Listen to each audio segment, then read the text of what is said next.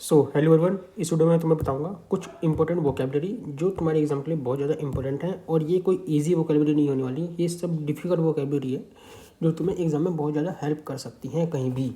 ठीक है, जिस वर्ड्स में तुम ज़्यादा से ज़्यादा फंसोगे। ठीक है, तो इसमें ज़्यादा वोकेबलरी नहीं है, बस तुम इतने वोकेबलरी एक बार पढ़ लो, पर तुम्हें देखनी जरूरी है एग्जाम से पहले। ठीक है, अटेम्प्ट का मतलब होता है एंटाइज करना, एंड्योर करना। ठीक है, एंड्योर मतलब वो एंटाइज करना, अट्रैक्ट करना। ठीक है, ट्रांसवर्सेस का मतलब होता है ट्रैवल करना, क्रॉस करना। इधर से उधर हम जब ट्रैवल करते हैं तो उसको ट्रांसवर्सेस कहते हैं। ट्रांजेंट्स का मतलब कहते हैं सरपास करना। ट्रांसड्यूसिस को कहते हैं कन्वर्ट करना, बदलना।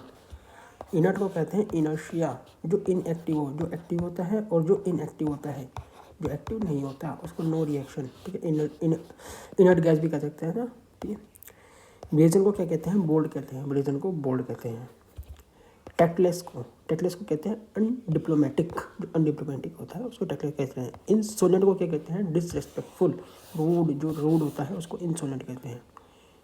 डाउटलेस को कहते हैं जो फियरलेस होता है। ठीक है, डाउटलेस, फियरलेस। डिस्पिकेबल, ये इंपॉर्टेंट है। डिस्पिकेबल जो होता है वो वाइल्ड होता है, अबनॉर्शिया होता है, जिसमें नो मोरल एटिकेट, जिसमें मोरल एटिकेट नहीं होते। वो याद रखना, मोरल एटिकेट नहीं होते। ठीक है, जो जिसका बिहेवियर सही नहीं होता, मिसबिहेव करता है। डिसेक्टिबल जो होता है जो अंडरस्टैंडेबल होता है। ये थोड़ा सा इसका डिफिकल्ट वर्ड है, अंडरस्टैंडेबल का डिसेक्टिबल, डिडक्टेबल, डिडक्सिबल। डिस्किनिबल होता है जो नोटिसेबल होता है ना।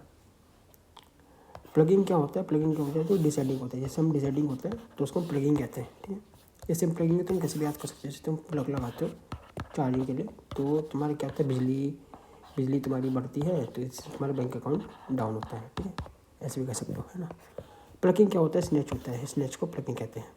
पेंगुइन क्या होता है?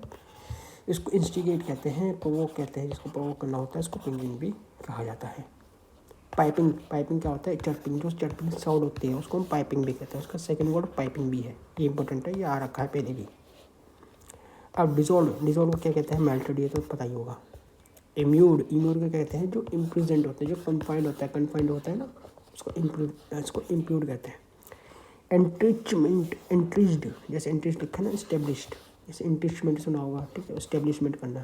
ठीक है, इस्टेब्लिश करना। ठीक है, एम्बेजल्ड, इंसोलेंट करना, स्टोलन करना, चोरी करना। ठीक है, कंटेंट का होता है डिबेट।